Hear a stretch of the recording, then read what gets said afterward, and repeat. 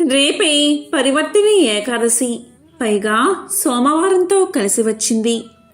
ఎంతో పవిత్రమైన విశేషమైన రోజు ఇది. శివాయ విష్ణు రూపాయ శివరూపాయ విష్ణవే శివస్య హృదయం విష్ణు విష్ణోచ హృదయం శివ. శివుని రూపమే విష్ణువు, విష్ణు రూపమే శివుడు అని ఈ శ్లోకం అర్థం. కాబట్టి ఎంతో విశేషమైన ఈరోజు ఈ చెట్టు తాకితే చాలు, సకల దరిద్రాలు బాధలు ఆ రోజుతో తొలగిపోతాయి. అష్టైశ్వర్యాలు భోగ భాగ్యాలు కలుగుతాయి. నకారాత్మక శక్తులు తొలగిపోతాయి. కాబట్టి ఎంతో విశేషమైన ఈ పరివర్తిని ఏకాదశి రోజు ఏ చెట్టును తాకితే సకల శుభాలు కలుగుతాయో ఇప్పుడు ఈ వీడియోలో తెలుసుకుందాం. భాద్రపద మాసంలోని శుక్ల పక్షంలోని ఏకాదశినే పరివర్తిని ఏకాదశి అని పిలుస్తారు. దీనినే పార్శ్వ ఏకాదశి అని కూడా అంటారు. ఈ పరివర్తిని ఏకాదశి రోజే శ్రీ మహావిష్ణువు వామన అవతారాన్ని ఎత్తి బలిచక్రవర్తిని పాతాళ లోకానికి పంపాడు. అందువల్ల ఈరోజు వామన అవతారాన్ని పూజించడం వల్ల త్రిమూర్తులైన బ్రహ్మ విష్ణు మహేశ్వరులను పూజించిన ఫలితం రావడమే కాక తెలిసి తెలియక చేసిన సమస్త పాపాలన్నీ ఈ రోజుతో నశిస్తాయి. పాండవులు ప్రతి ఏకాదశి రోజు ఉపవాస దీక్షను తీసుకుని భక్తి శ్రద్ధలతో శ్రీ మహావిష్ణువును పూజిస్తారు. ఒకసారి పాండవుల్లో పెద్దవాడైన ధర్మరాజు శ్రీకృష్ణుతో ఇలా పలుకుతాడు: శ్రీకృష్ణ పరంధామ ముకుంద, భాద్రపద మాసంలో వచ్చే ఏకాదశి పేరు ఏమిటి, దాని ప్రాముఖ్యతను వివరించము అని వేడుకుంటాడు. దానికి ధర్మరాజుతో శ్రీకృష్ణుడు ఇలా చెప్తాడు: భాద్రపద మాసంలో శుక్లపక్షంలో వచ్చే ఏకాదశిని పరివర్తిని ఏకాదశి అని పిలుస్తారు. ఈరోజు మహాపుణ్యాన్ని ప్రసాదిస్తుంది. అంతేకాదు స్వర్గాన్ని మోక్షాన్ని ప్రసాదిస్తుంది అని ధర్మరాజుకు తెలియచేశాడు శ్రీకృష్ణుడు. ఎవరైతే ఈ పరివర్తిని ఏకాదశి రోజు ఉపవాస దీక్షను తీసుకుని వామన అవతారంలో ఉన్న శ్రీ మహావిష్ణువును పూజిస్తారో అలాంటి వారి సర్వ పాపాలు నశిస్తాయి. ఇది వ్రతాలన్నిటిలో శ్రేష్టమైనది. ఈ ఏకాదశి మహత్యం గురించి తెలుసుకున్నా, విన్నా, చదివినా, చెప్పినా, వినిపించినా సమస్త పాపాలు తొలగిపోయి అటువంటి వారికి కోటి జన్మల పుణ్యం లభిస్తుంది అని శ్రీకృష్ణుడు ధర్మరాజుకు తెలియచేశాడు. భాద్రపద మాసంలో వామన భగవానుణ్ణి పూజించిన వారు 3 లోకాల్ని పూజించినట్లే. అటువంటి వారు శ్రీహరి సన్నిధిని చేరుకుంటారు. ఆ తరువాత సర్వ సుఖాలు అనుభవిస్తారు. పరివర్తిని ఏకాదశి రోజు ఎవరైతే వామన భగవానుణ్ణి పూజిస్తారో అలాంటి వారు తామర పువ్వులతో సమస్త జగత్తును పూజించినట్లే. త్రిమూర్తులతో పాటు సకల దేవతలను పూజించిన ఫలితం వారికి దక్కుతుంది. ఏ కథను వింటే సకల పాపాలు తొలగిపోతాయో ఆ వ్రత కథను తెలియచేస్తాను. శ్రద్ధగా విను అని ధర్మరాజుకు శ్రీకృష్ణుడు చెప్పి కథను ఈ విధంగా చెప్పడం ప్రారంభించాడు. పూర్వం త్రేతాయుగంలో బలిచక్రవర్తి ఉండేవాడు. అతను ప్రతిరోజు నన్నే పూజించేవాడు. అతనికి నా మీద అపారమైన భక్తి ఉండేది. బలిచక్రవర్తి గురువు శుక్రాచార్యుడు. బలిచక్రవర్తికి యజ్ఞయాగాదుల యందు ఆసక్తి ఉండేది. అందువల్ల శుక్రాచార్యుడు బలి చక్రవర్తి చేత 100 అశ్వమేధ యాగాలు, అలాగే 1000 వాజపేయ యాగాలు చేయించాడు. ఎవరైతే 100 అశ్వమేధ యాగాలు చేస్తారో వారు దేవతలకు రాజైన ఇంద్ర పదవిని పొందుతారు. దాంతో బలిచక్రవర్తి ఇహపర లోకాలలో ఆధిపత్యాన్ని సాధించాడు. దాంతో దేవతలకు నిల్వ నీడలేకుండా పోయింది. దేవతలందరూ కలిసి విష్ణుమూర్తి దగ్గరకు వెళ్ళి వారు పడుతున్న బాధలను విష్ణువుకు విన్నవించారు. ఇదంతా విన్న శ్రీ మహావిష్ణువు వామన అవతారం ఎత్తి పిల్లవాని రూపంలో 3 లోకాలను జయించిన బలిచక్రవర్తి వద్దకు వెళ్ళి ఇలా అంటాడు: మహారాజా, మీ నోటి వెంట లేదు అనే మాట రాదు అని నేను విన్నాను. నాకు 3 అడుగుల నేల కావాలి అంటాడు. దానికి గురువుగారు అయిన శుక్రాచార్యులు బలిచక్రవర్తితో వద్దు అని వారిస్తున్నా వినకుండా బలిచక్రవర్తి సరే అని మాట ఇస్తాడు. అలా అన్న వెంటనే ఆ పిల్లవాడి రూపంలో ఉన్న వామన భగవానుడి శరీరం పెరిగిపోతుంది. అప్పుడు వామన భగవానుడు బలిచక్రవర్తితో ఇలా అంటాడు: దానవేంద్ర, నా ఒక పాదం భూమి మొత్తాన్ని ఆక్రమించింది, రెండవ పాదంతో స్వర్గాన్ని ఆక్రమించాను, మరి మూడవ పాదం చోటు చూపించు అని అడుగుతాడు. దానికి బలిచక్రవర్తి మూడవ అడుగును తన తలపై పెట్టమంటాడు. దాంతో బలిచక్రవర్తి అహంకారం అణిగిపోయింది. వామన భగవానుడు బలిచక్రవర్తి తలపై పాదాన్ని మోపి పాతాళానికి అణిచివేశాడు. ఎంతో విశేషమైన ఈ కథను వింటే సకల పాపాలు తొలగిపోతాయి.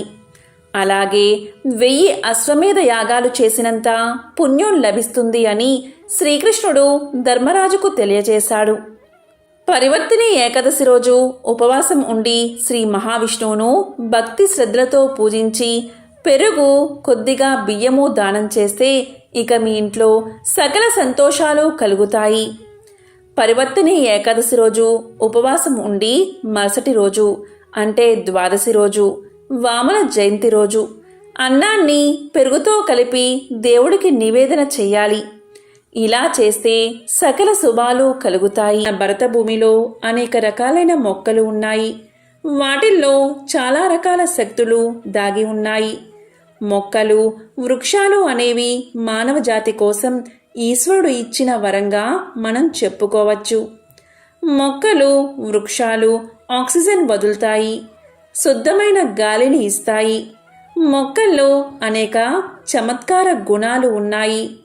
మొక్కల యొక్క పూలు, ఫలాలను మనం అనేక రోగాల విముక్తి కోసం వినియోగిస్తూ ఉంటాం. చాలా ఏళ్లుగా తగ్గని మొండి రోగాలను కూడా ఈ ఔషధాలు తగ్గిస్తాయి. అయితే కొన్ని మొక్కలను తాకితేనే చాలు దరిద్రం తొలగిపోతుంది అని శాస్త్రాలు చెబుతున్నాయి. అంతేకాదు, కొన్ని రకాల మొక్కల దగ్గరకు వెళ్ళి నిలబడితే చాలు మనశ్శాంతి కలుగుతుంది. ఇంకొన్ని రకాల మొక్కల దగ్గరకు వెళ్ళి గాలిని పీల్చుకుంటే చాలు ఆరోగ్యం మెరుగుపడుతుంది అని ఆయుర్వేద శాస్త్రాలు చెబుతున్నాయి. అందుకే మొక్కలు ఎంతో విశేషమైనవి. ప్రతి మొక్క గొప్పదే. దేని ప్రత్యేకత దానికి ఉంటుంది. ఏ మొక్కను కూడా పనికి రాదు అని చెప్పడానికి వీలు లేదు. మనం పిచ్చి మొక్కలుగా చూసే మొక్కల్లోనే ఆయుర్వేదంలో ఎన్నో రకాల మందులు చేస్తారు. ఒక్కో రకమైన మొక్కకు ఒక్కో రకమైన విశిష్టత ఉంటుంది. ప్రత్యేకమైన చెట్టును తాకితే చాలు దోషాలన్నీ తొలగిపోతాయి, సకల శుభాలు కలుగుతాయి. మరి ఆ చెట్టు ఏంటి అంటే, ఈసారి పరివర్తిని ఏకాదశి సోమవారంతో కలిసి వచ్చింది. శివుడికి మారేడు చెట్టు అంటే ఎంతో ఇష్టం. అలాగే మారేడు చెట్టు సాక్షాత్తు లక్ష్మీ స్వరూపమని మనందరికీ తెలిసిన విషయమే. ఎంతో విశేషమైన ఈ పరివర్తిని ఏకాదశి రోజు మారేడు చెట్టును తాకితే చాలు 1 నిమిషంలో మీ దరిద్రం తొలగి అష్టైశ్వర్యాలు, భోగ భాగ్యాలు కలుగుతాయి. మన హిందూ సాంప్రదాయంలో మారేడు చెట్టుకు ఎంతో ప్రాధాన్యత ఉంది. మారేడు చెట్టు మహిమ గురించి శివపురాణం ఇలా వివరిస్తుంది. లక్ష్మీదేవి కుడి చేతితో సృష్టించిన చెట్టే మారేడు చెట్టు. అందుకే ఆ చెట్టుకు పండిన కాయలను శ్రీఫలము అని పిలుస్తూ ఉంటారు. సృష్టిలో మారేడు చెట్టుకు ఒక గొప్పతనం ఉంది. అది ఏంటి అంటే, పువ్వు పూయకుండా కాయ కాస్తుంది. మారేడు దళం 3గా ఉంటుంది. అందుకే త్రిదళం త్రిగుణాకారం, త్రినేత్రం చ త్రియాయుధం, త్రిజన్మ పాప సంహారం, ఏక బిల్వం శివార్పణమంటారు. మనకు శాస్త్రాలలో 5 లక్ష్మీ స్థానాలు ఉన్నాయి. అందులో మారేడు దళం ఒకటి. మారేడు చెట్టుకు ప్రదక్షిణ చేస్తే చాలు 33 కోట్ల మంది దేవతలకు ప్రదక్షిణం చేసినట్లే. ఇంట్లో మారేడు చెట్టు ఉంటే ఆ మారేడు చెట్టు కింద కూర్చుని ఎవరైనా సరే జపం చేసినా పూజ చేసినా అపారమైన సిద్ధి కలుగుతుంది. మారేడాకు చాలా విశేషమైనది, శివుడికి ప్రీతి పాత్రమైనది. మారేడు చెట్టు శివరూపమైనదిగా చెప్పబడుతుంది. మారేడు దళాలు బ్రహ్మ విష్ణు మహేశ్వరులకు ప్రతీకలు. అంతేకాకుండా 3 ఆకులు గల మారేడు దళాన్ని పరమశివుడి 3 నేత్రాలుగా భావిస్తూ ఉంటారు. మారేడు చెట్టు మూలల్లో సమస్త లోకాల్లోని పుణ్యతీర్థాలు దాగి ఉంటాయని శాస్త్రాలు చెబుతున్నాయి. మారేడు చెట్టు మూలంలో నిలిచిన నీటితో స్నానం చేస్తే గంగానది స్నాన ఫలితం దక్కుతుందట. ఇంతటి ప్రాముఖ్యత కలిగిన మారేడు చెట్టు మీకు దగ్గరలో ఉంటే ఈరోజు ఆ చెట్టు దగ్గరకు వెళ్ళి ఆ చెట్టును తాకితే చాలు, మీ జాతకంలో ఉన్న దోషాలు తొలగిపోతాయి, కష్టాలు సమస్యలు పోతాయి, జాతకం అద్భుతంగా మారుతుంది. ఈరోజు మారేడు చెట్టు దగ్గరకు వెళ్ళి చెంబుతో కొన్ని నీళ్లు సమర్పించి చెట్టుకు నమస్కారం చేసుకుని 3 సార్లు ఆ చెట్టును తాకండి. అలా తాకేటప్పుడు మీ కోరికను చెప్పుకుంటే త్వరలోనే ఆ కోరిక నెరవేరుతుంది. ఇలా చేసిన తర్వాత ఆ మారేడు చెట్టు దగ్గరలో కాసేపు కూర్చుని ఆ తర్వాత ఇంటికి వెళ్ళండి. ఇదంతా చేయలేని వారు కనీసం మారేడు చెట్టు దగ్గరకు వెళ్ళి 3 సార్లు తాకండి. ఇలా చేస్తే మారేడు చెట్టులోని అద్భుత శక్తులు మీ ఒంట్లోకి ప్రవేశించి మీలో ఉన్న నెగటివ్ శక్తులన్నీ బయటకు వెళ్ళిపోతాయి. మంచి పాజిటివ్ ఎనర్జీ మీకు కలుగుతుంది. ఇలా ఈరోజు మారేడు చెట్టును తాకితే మీ శరీరానికి నూతన ఉత్తేజం వస్తుంది.